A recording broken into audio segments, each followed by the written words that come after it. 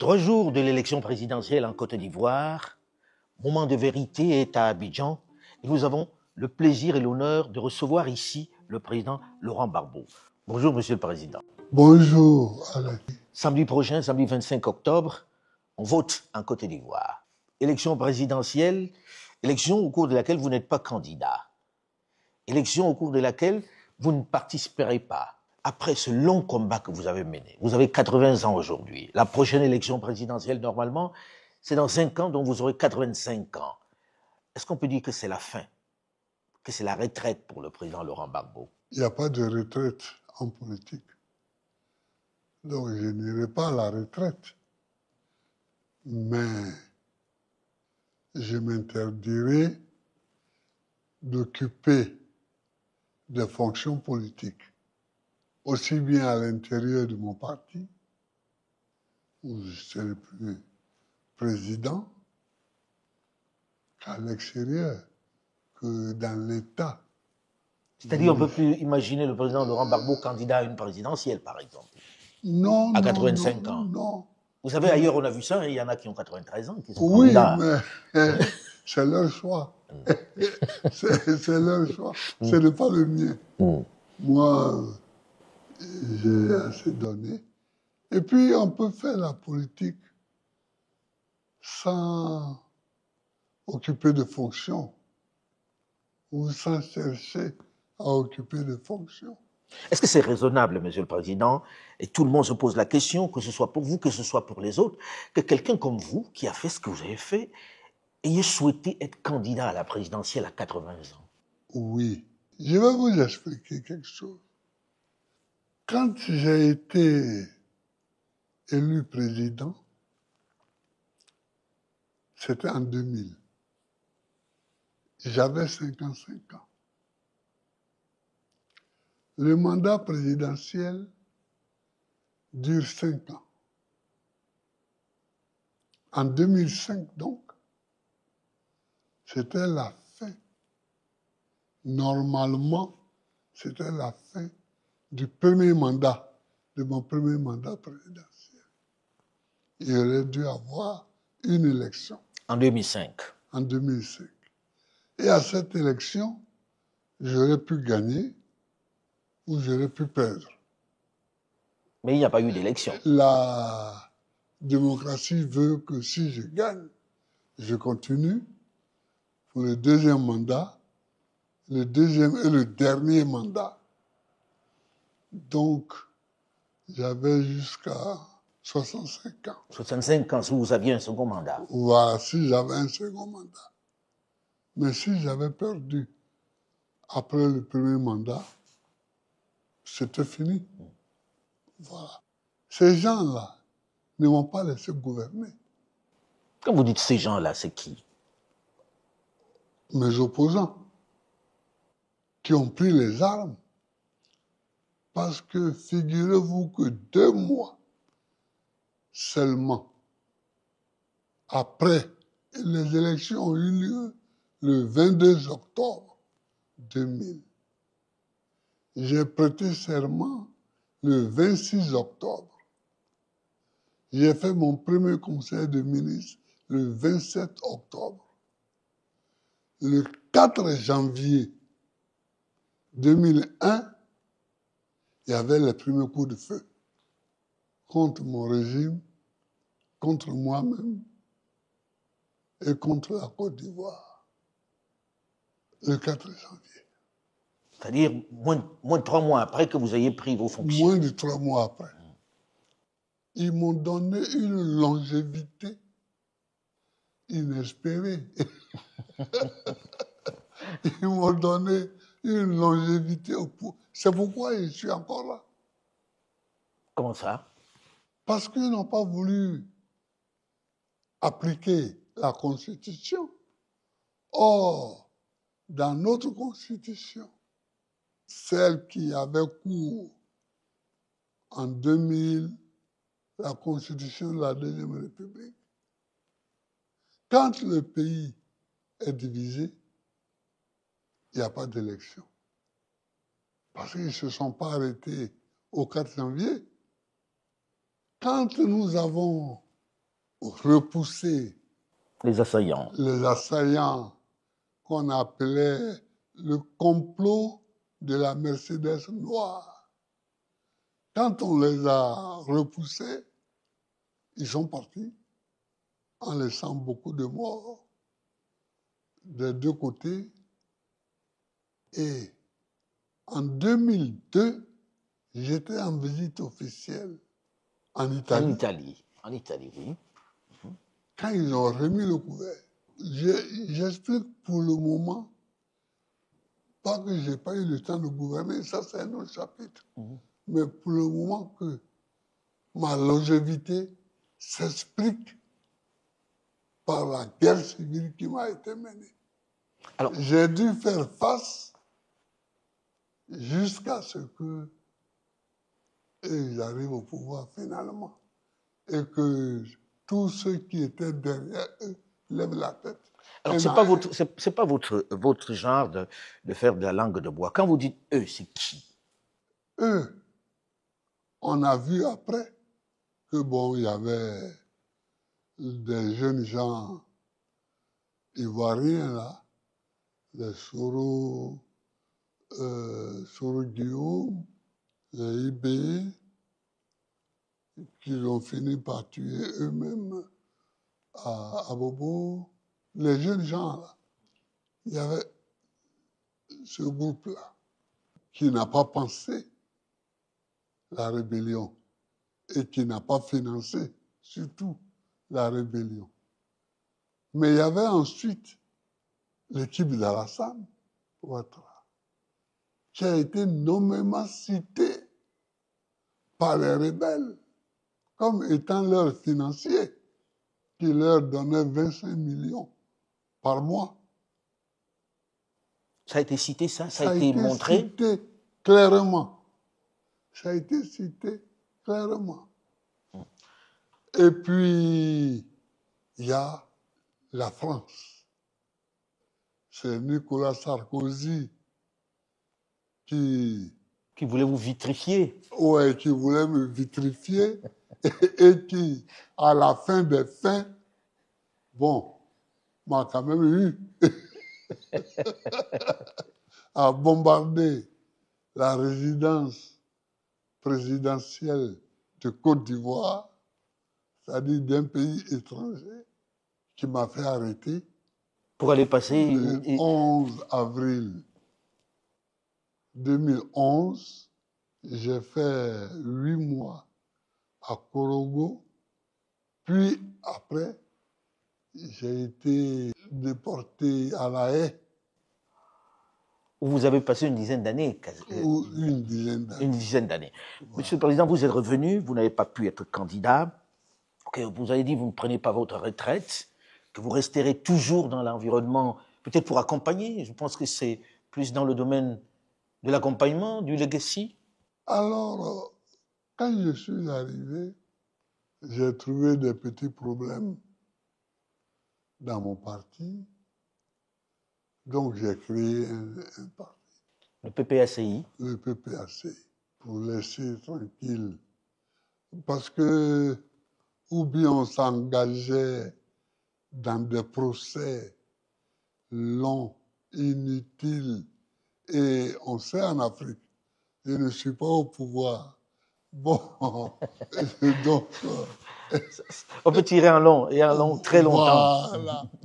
Bon, j'ai laissé ça et j'ai créé un autre parti, le PPAC, Parti des peuples africains. Et un jour, j'arrive à une réunion, il me propose comme candidat à la présidentielle. Je n'ai pas répondu. On est resté plusieurs mois. C'est eux qui vous proposent d'être candidat? Ah oui, on est resté plusieurs mois, peut-être 1 an, sans que je ne réponde. Pourquoi vous ne répondiez pas? Non, mais parce que je n'avais pas calculé ça. Président, quand vous dites ça, les gens ont envie de comprendre. Oui. Vous êtes en train de dire que le président Laurent Gbagbo n'est pas celui qui a décidé d'être candidat à la présidentielle. Ah non, c'est ce que je suis en train de dire, oui.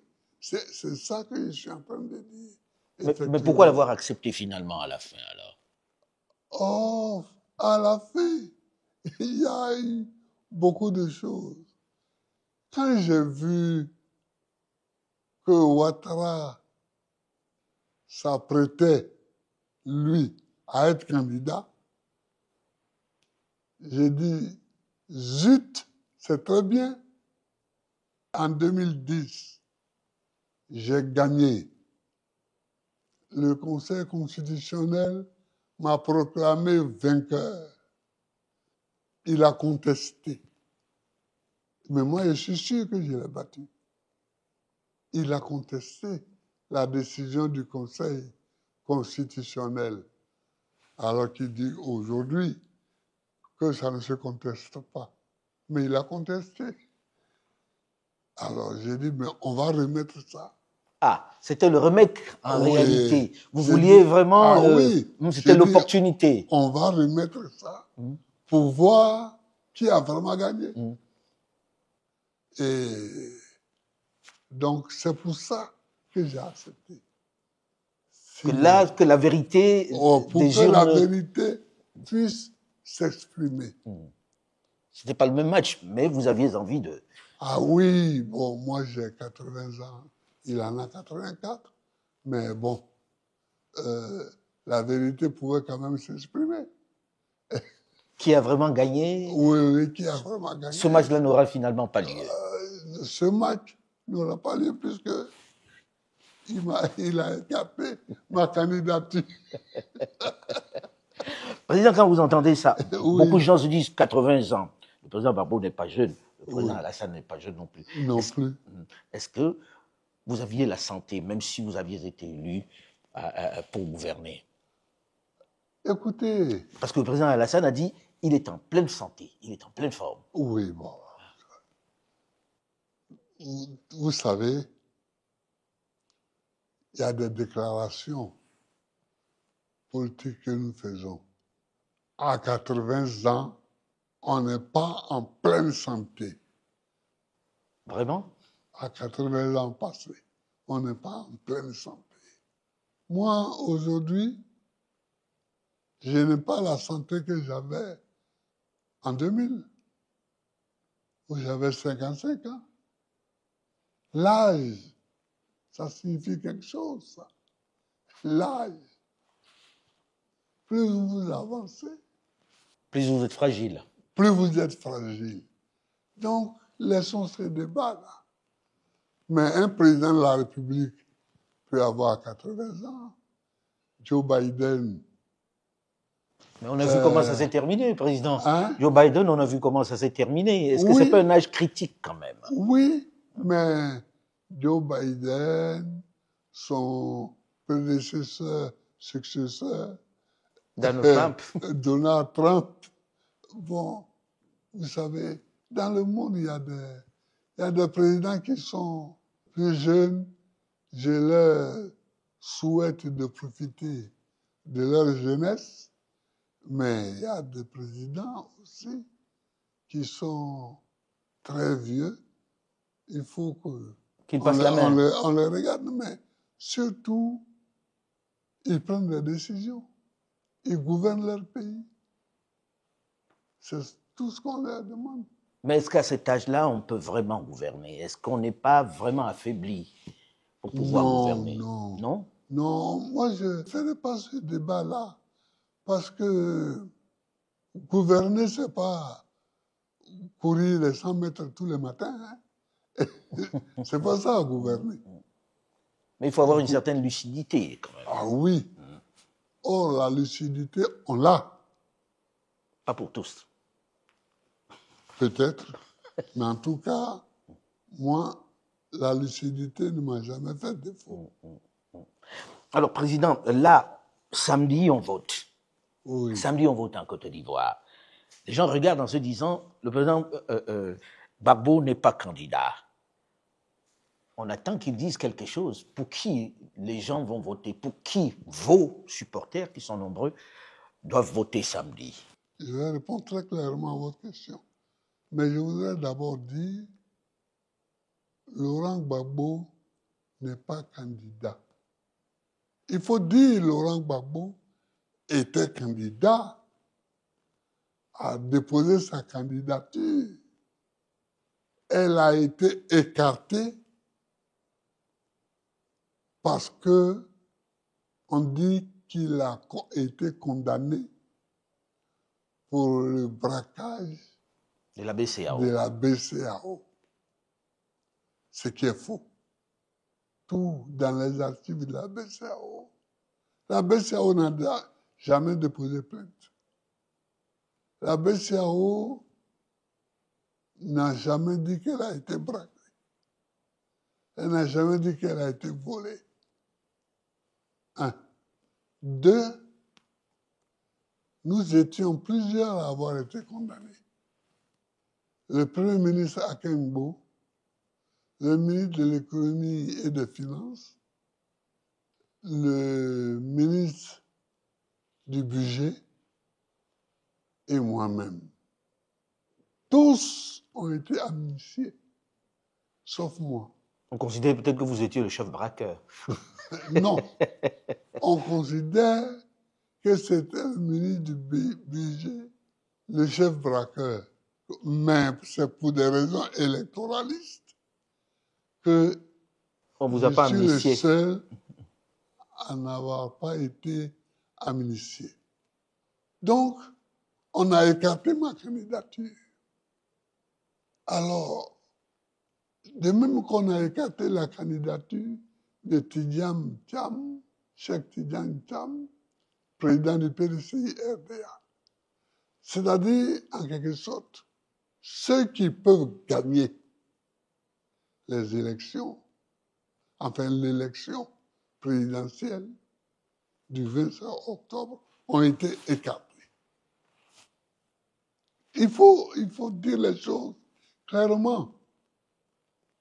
Ceux qui peuvent gagner ces élections ont été écartés. Je n'accepte pas ça. Ce qui fait que ce qui va se faire le 25 octobre, ce n'est pas une élection. Qu'est-ce que c'est alors? C'est un coup d'État civil. C'est un braquage électoral. C'est un coup d'État. C'est un coup d'État. À ce point-là? Ah oui, c'est un coup d'État. J'avais déjà dit un jour où je parlais à la presse en parlant des amis de l'AES que certains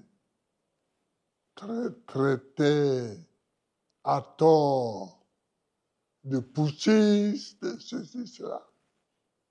Que vous voyez en Afrique, il y a push et push. Il y a le push civil qui sont souvent à la base des pushs militaires. Ils ne respectent pas la Constitution. Dans notre Constitution, il est écrit très clairement, très nettement, très notoirement que un individu peut faire un mandat et peut en faire un deuxième. Et c'est fini. Mais c'était dans la Constitution précédente. Non, même dans celle actuelle. Qui annulait les deux premiers mandats. Même la Constitution actuelle, il a repris ça. Ça veut dire que dans la Constitution actuelle, on tient compte des précédents mandats? Ah oui, et c'est écrit aussi. Il faut tenir compte de ce qui était écrit dans l'autre Constitution concernant ce sujet-là.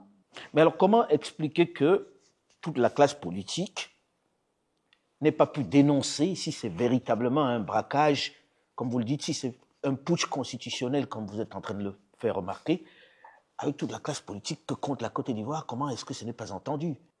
Moi, je n'en sais rien. Mais, en tout cas, beaucoup dénoncent ce braquage. Beaucoup dénoncent ce braquage, ce coup d'état civil. Mais président, on va aux élections là, et les gens ont été candidats, Oui. des gens de l'opposition. Déjà, j'ai envie de comprendre, je ne sais pas si en Côte d'Ivoire on souffre du même syndrome que l'opposition camerounaise. Comment expliquer que malgré tout ça, vous n'ayez pas pu avoir un candidat unique qui puisse défendre ce que vous dites? Si vraiment il y a braquage, les gens se seraient peut-être alignés derrière ce candidat que l'opposition aurait choisi. Mais pourquoi voulez-vous qu'on choisisse un candidat?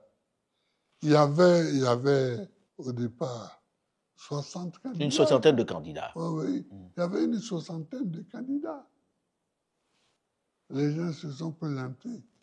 Bon, parce qu'en ce moment-là, tout le monde pensait qu'il s'agissait d'une élection. Vous pensez qu'aujourd'hui, on ne pense pas qu'il s'agit d'une élection? Non. Et alors pourquoi ils y vont? Ah, mais ça, c'est leur affaire. Allez leur demander. Moi, j'ai envie de Vous êtes comprendre. un journaliste très connu, très... Oui, alors, vous pouvez demander à ceux qui y vont. Mais en même temps, Président, vous avez créé un cadre dans lequel vous discutiez avec l'opposition. C'était bien pour aller aux élections. Vous avez discuté avec un certain nombre de membres de l'opposition, des partis de l'opposition. Oui.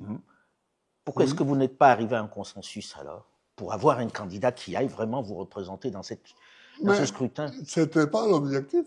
C'était quoi l'objectif? L'objectif, c'était de savoir, après notre élimination, qu'est-ce qu'on faisait. C'était ça. Et vous n'êtes pas tombé d'accord? Ah si, on est tombé d'accord sur le fait qu'on ne soutient rien, on ne soutient personne et on ne soutient même pas la dynamique électorale. Alors, Monsieur le Président, Voilà. dans votre propre parti, le PPACI, Oui. il y avait une idée de plan B, Oui. représentée par M. Domelo. Oui. Vous ne soutenez pas au point de l'exclure du parti, alors qu'il aurait pu représenter aussi une partie de cette opposition dans ce scrutin, s'il bénéficiait de vos voix? Mais il ne bénéficiait pas de nos voix. Ça montre les débats qu'il y a eu. Domelo n'a jamais soumis son idée à débat. Au sein du parti? Au sein du parti. Même Pourtant, moi, il dit avoir consulté. Même moi, il n'a jamais discuté avec moi. C'est venu de lui tout seul, Président? Ah, mais c'est pas lui et certains de ses amis, peut-être. Mais en tout cas, ça n'a jamais été un débat au sein du parti. Ça n'a jamais été un débat. Et je vous le dis, et je le répète, cela n'a jamais été un débat au sein du parti. C'est de son propre fait. Alors, il a voulu être candidat. Bon, mais il est candidat. Mais vous n'appelez pas à voter pour lui? Hein? Non. Non. Tous ceux qui sont candidats, nous n'appelons pas à voter pour eux. Mais, Président, quand vous dites que vous n'appelez pas à voter pour qui que ce soit qui est candidat aujourd'hui, oui. Qu'est-ce que les Ivoiriens doivent comprendre? Qu'ils ne vont pas voter, qu'ils restent tranquilles chez eux, etc. Est-ce que ça ne risque pas d'envenimer la situation? Il faut que les Ivoiriens comprennent que Gbagbo Laurent n'appelle à voter pour aucun des candidats qui est en liste. C'est ça. Président, ça veut dire un boulevard pour le président Alassane Dramane Ouattara. Peut-être. Peut-être. Mais un coup d'État, c'est toujours un boulevard. Vous appelez ça carrément un coup d'État civil, c'était toujours un boulevard. Vous êtes opposé becs et ongles, de façon imagée, contre ce 4e mandat du président Alassane Dramane Ouattara. Oui. Il dit aux Ivoiriens, par vous en particulier, je le fais parce que il y a des vraies questions sécuritaires dans ce pays et dans la sous-région. Et qu'il est celui qui peut endiguer, on va dire, cette invasion des terroristes. Que répondez-vous à ça? On peut développer tout ça. Les États-Unis d'Amérique ont affaire à des menaces nucléaires de la Chine, de la Corée du Nord, de la Russie, mais c'est pas pour ça que Trump va dire, bon, comme il y a des menaces nucléaires, alors je reste au pouvoir. Non. Cessons d'être nègres, parce que c'est pour ça qu'on se moque de nous. Vous trouvez que c'est être nègre que de dire « je reste aux affaires pour protéger mon pays » ? Oui, non. Je reste parce qu'il y a des menaces. S'il y a des menaces, un autre président élu peut aussi s'occuper, faire face à ces menaces-là. Pourquoi ce serait lui, Ouattara, qui serait vraiment le seul capable d'être le Zorro, le Zorro de la situation? Peut-être parce qu'il comprend mieux la situation que les autres et qu'il Oui, estime que dans l'opposition, il n'y a pas... Mon œil. Et là, je vous le dis, mon œil. Mon œil. Alors, Président, on dit Il aussi... y a toujours une menace contre un pays. Il y a toujours une menace. Est-ce que vous avez connu ces menaces, vous, Président? Est-ce que vous avez connu ces menaces lorsque vous étiez... Mais moi, j'ai connu même la guerre. J'ai connu la guerre. Est-ce que la rébellion, ce n'est pas une guerre terroriste, ça? La rébellion? Mais j'ai fait face. Alors, le président Ouattara dit aussi qu'il a son bilan pour lui. On l'a écouté pendant les meetings. Oui. C'est assez clair. Oui. Il a donné des infrastructures, des routes, oui. des hôpitaux, des écoles. Chacun voit la Côte d'Ivoire qui est en train de changer. Est-ce que les gens ne voteront pas aussi pour ce changement qu'il leur a donné, dont il parle? Oui, écoutez, il est en campagne, lui. Parce qu'il n'y a que pour lui, et enfin, il n'y a que pour les 5 là, qu'il y a une campagne. Donc, il est en campagne. Donc, il dit ce qui peut appeler, ce qui peut amener les gens à voter pour lui.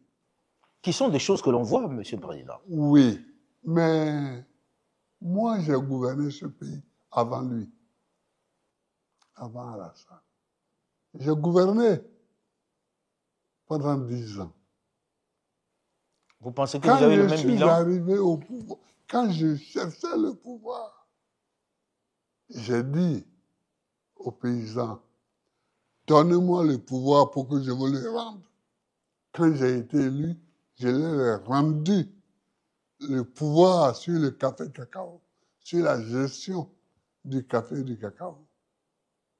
J'ai donné aux Ivoiriens la liberté. La liberté. La liberté. Vous voyez, les journaux se sont multipliés. Et, s'il vous plaît, je cherche un journaliste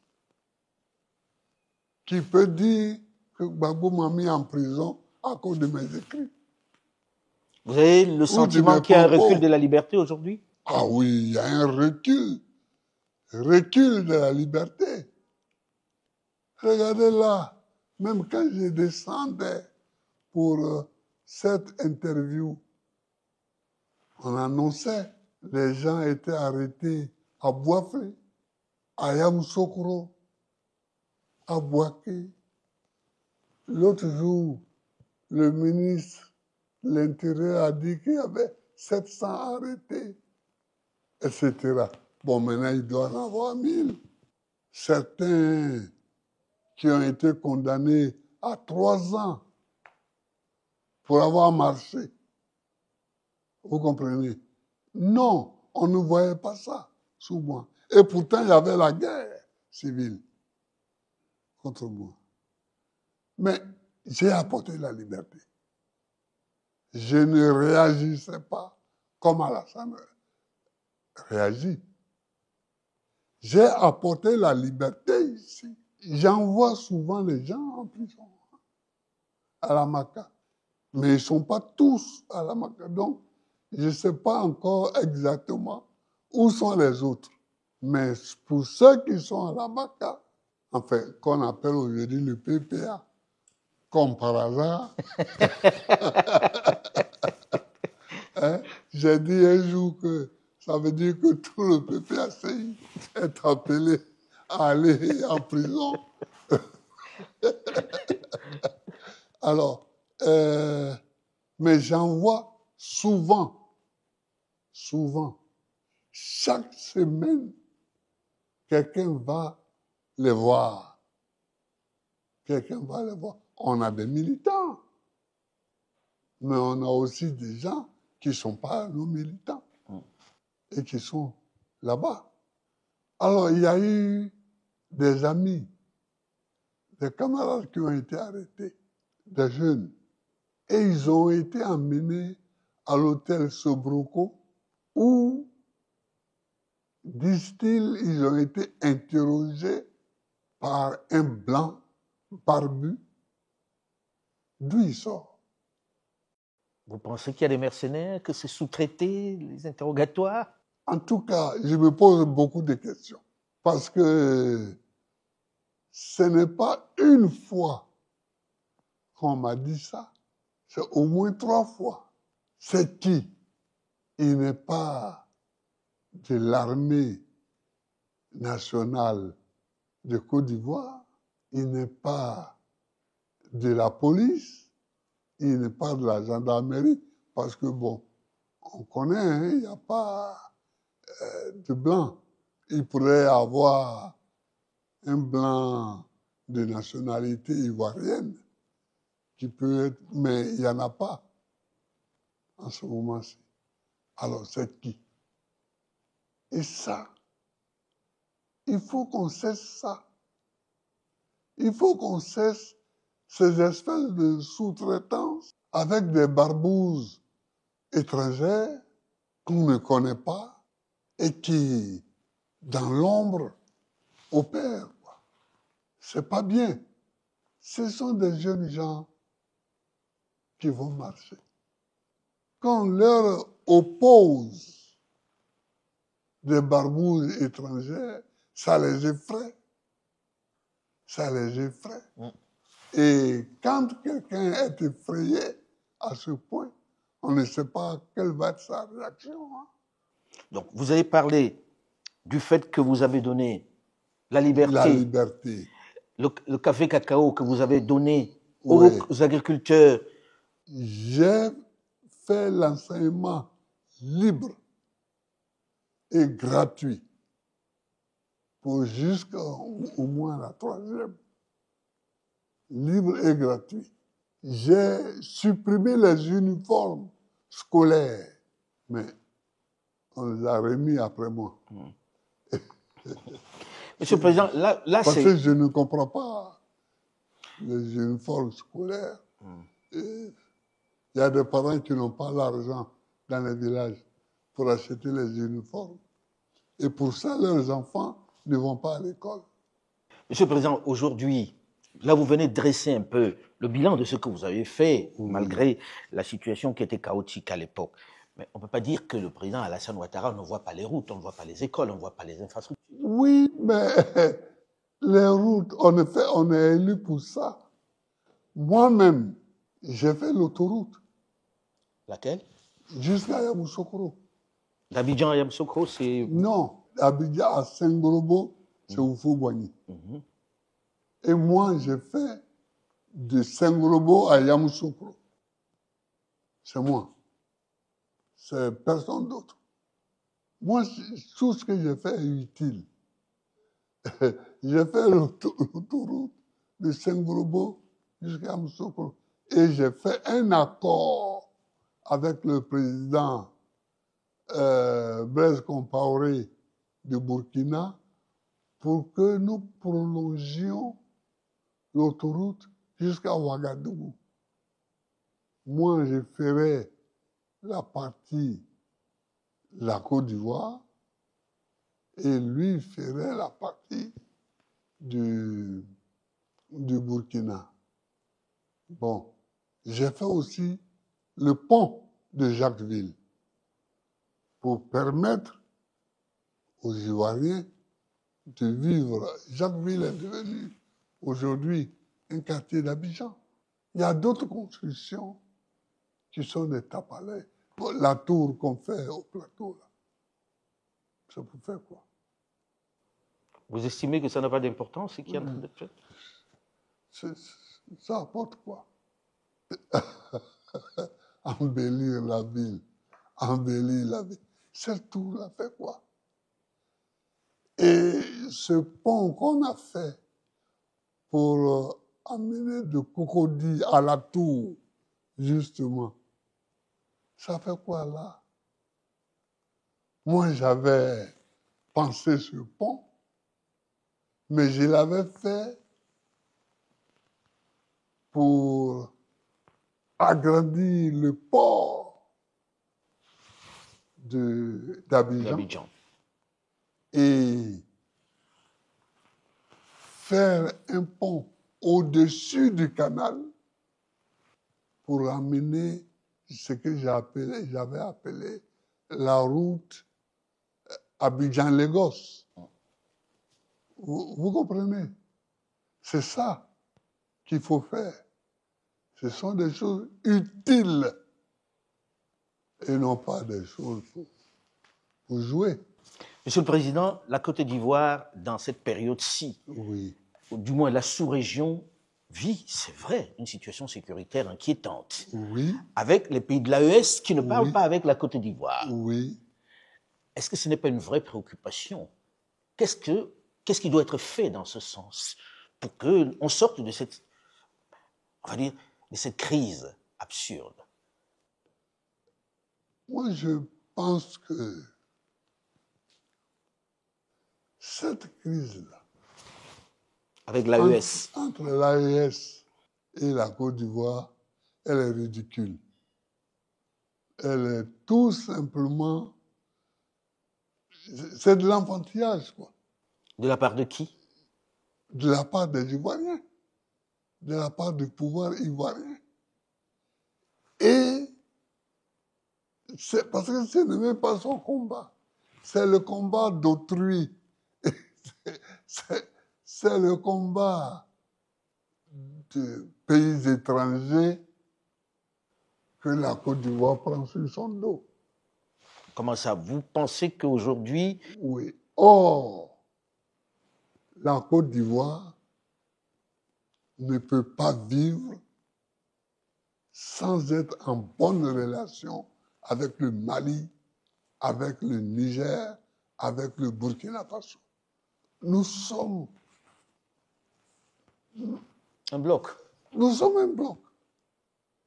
Nous sommes un bloc. Et je ne comprends pas. C'est-à-dire, il y a le Niger, le Mali, le Burkina Faso, le Ghana, le Togo, le Bénin, le Libéria, la Guinée, la Sierra Leone. Voilà. Bon, le Sénégal aussi, même s'il est un peu loin. Mais voilà des pays qui forment un tout. Quand on y ajoute le Nigeria, vous voyez, et on a grandi avec les Nagos du Nigeria, les Ghanéens. Mais en même temps, Président, quand vous parlez de ce bloc, alors, si vous permettez, quand vous parlez de ce bloc, aujourd'hui, il y a l'AES. D'un côté, il y a la Côte d'Ivoire qui est l'un des principaux partenaires de cet AES-là au départ. Oui. Pensez-vous qu'on fait le nécessaire pour que tout soit réconcilié? Que feriez-vous? Moi, je ferais. Si je suis au pouvoir, si j'étais au pouvoir, en 2 semaines, 1 mois, on rétablirait les bases fraternelles de ce pays. Président, vous avez une envergure continentale. Oui. Est-ce qu'en n'étant pas président, ce n'est pas aussi une tâche que vous pouvez vous donner? C'est-à-dire, est-ce qu'il y a besoin d'être président pour mener cette bataille-là? Oui, oui, parce que là, moi, quand on aura fini avec tous nos spectacles ici, quand on aura fini avec tous nos spectacles là, j'irai certainement faire un tour dans ces pays-là pour saluer les jeunes gens parce que bon, ils sont plus jeunes que moi, pour saluer, discuter un peu avec eux. Mais en réalité, il faut être à la tête de l'État pour régler les problèmes de l'État. Voilà. Moi, je peux aller les saluer, discuter avec eux, leur apporter la salutation d'un citoyen ivoirien, mais les rapports, les relations d'État à État, elles doivent être gérées par les chefs d'État. Qu'est-ce qui, d'après vous, fait que ça coince à ce point-là? Ça fait déjà plusieurs années. Généralement, les crises entre deux États, on arrive à se parler, on arrive à établir de nouvelles relations, même si on ne s'aime pas. Hein. Qu'est-ce qui, d'après vous, fait que ça dure aussi longtemps? Parce que les pays de l'AES ont pris des positions claires contre la France. Et donc, le président Ouattara prend une attitude pour défendre la France, les positions de la France. Il n'y a pas d'autre chose. Il serait là juste pour défendre les intérêts de la France dans cette histoire? Dans cette histoire-là, oui. Dans cette histoire-là, oui. Président, je ne peux pas ne pas revenir sur la question. Oui. Avec des scénarios qui peuvent se dessiner. Oui. Monsieur le Président, samedi, les gens descendent dans la rue ou les Ivoiriens descendent dans la rue. Qu'est-ce que vous dites? Vous dites rentrer à la maison. Est-ce qu'il n'y a pas le risque que ça dégénère et que vous soyez perçu comme celui qui a demandé aux gens de descendre dans la rue? Non, moi je ne leur demande pas de descendre dans la rue, mais je veux dire que des gens s'en vont à ce qu'ils appellent des élections. Moi, je considère que c'est un braquage. Il faut bien écouter ça. Je considère qu'il s'agit d'un braquage électoral. Nous tous, on avait déposé nos candidatures parce qu'on croyait qu'il s'agissait d'élections. On s'est rendu compte qu'il s'agit d'un braquage. Je ne donne pas l'ordre aux gens d'aller voter. Est-ce que vous leur donnez l'ordre de descendre dans la rue? Or, ceux qui sont dans la rue, je les soutiens. Ça, il ne faut même pas qu'il y ait l'ombre d'un doute. Ceux qui manifestent contre ce braquage électoral, je les soutiens. C'est dangereux. Oui, mais c'est mon point de vue. Mais vous ne les appelez pas à descendre dans la rue? Non. Mais ceux qui descendent dans la rue pour protester contre cette manière d'envisager des élections, je les soutiens. Je suis avec eux. Alors, Monsieur le Président, on sait qu'il y a quelques semaines, le 11 octobre exactement, vous aviez appelé les populations à marcher contre ce 4e mandat que vous dénoncez avec force.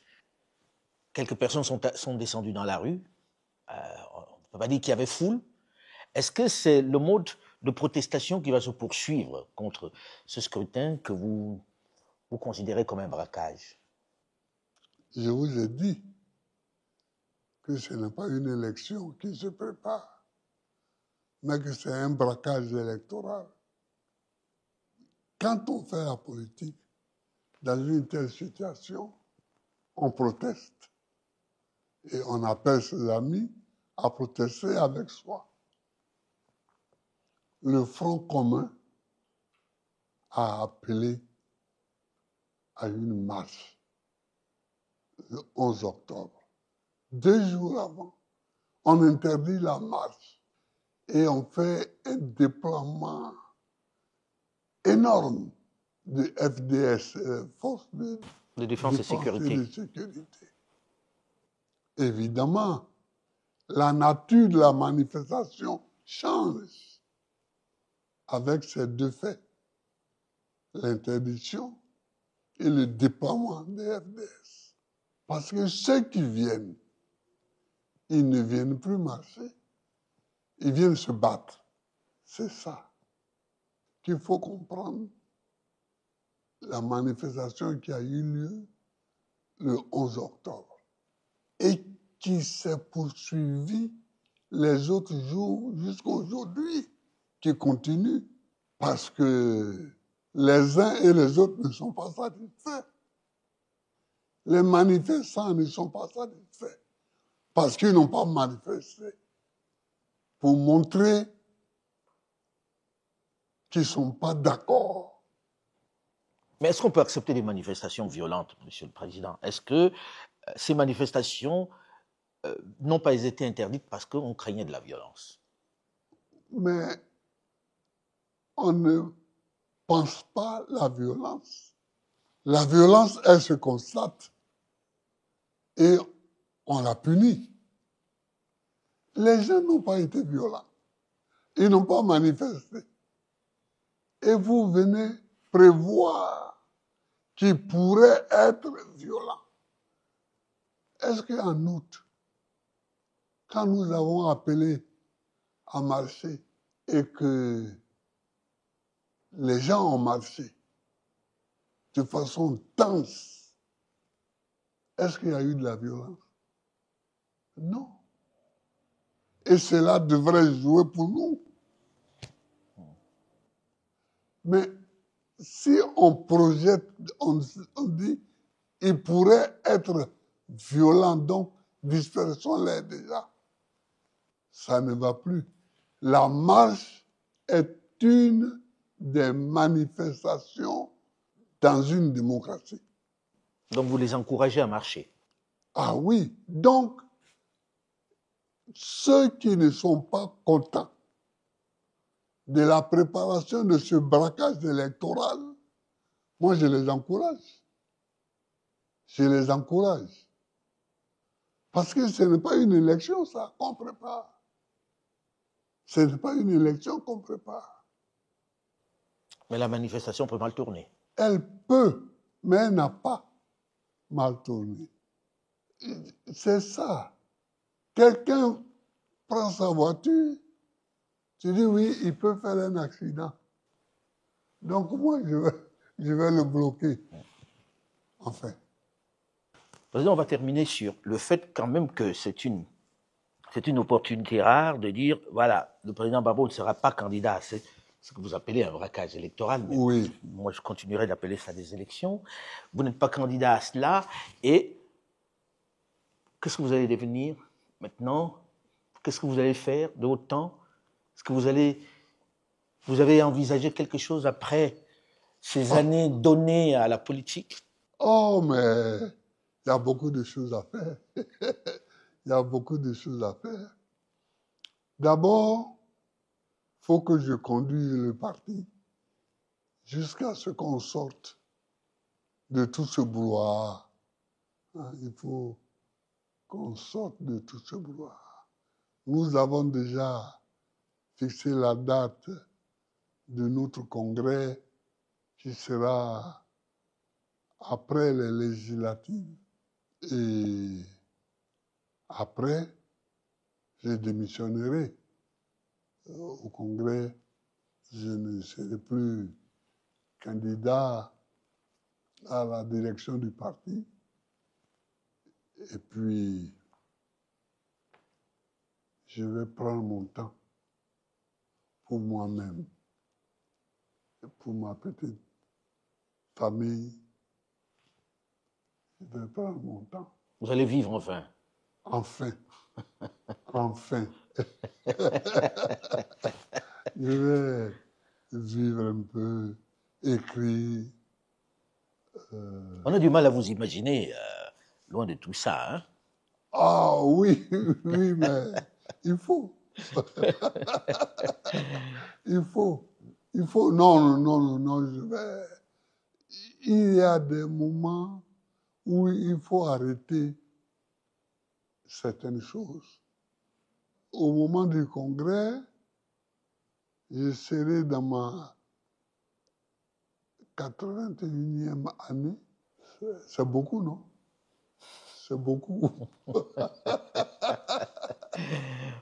Mais, Monsieur le Président, merci de nous avoir accordé ce temps-là pour pouvoir parler de cela.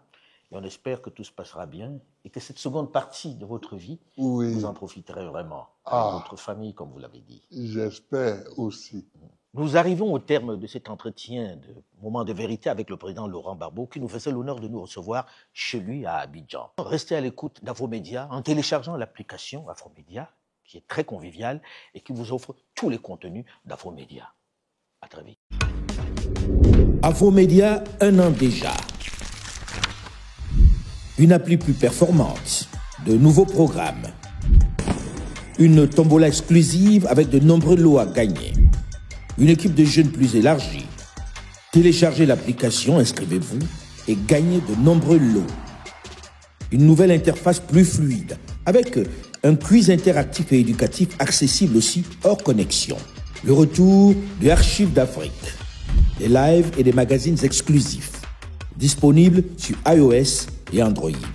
Afromédia, le narratif africain sans complaisance, mais sans condescendance.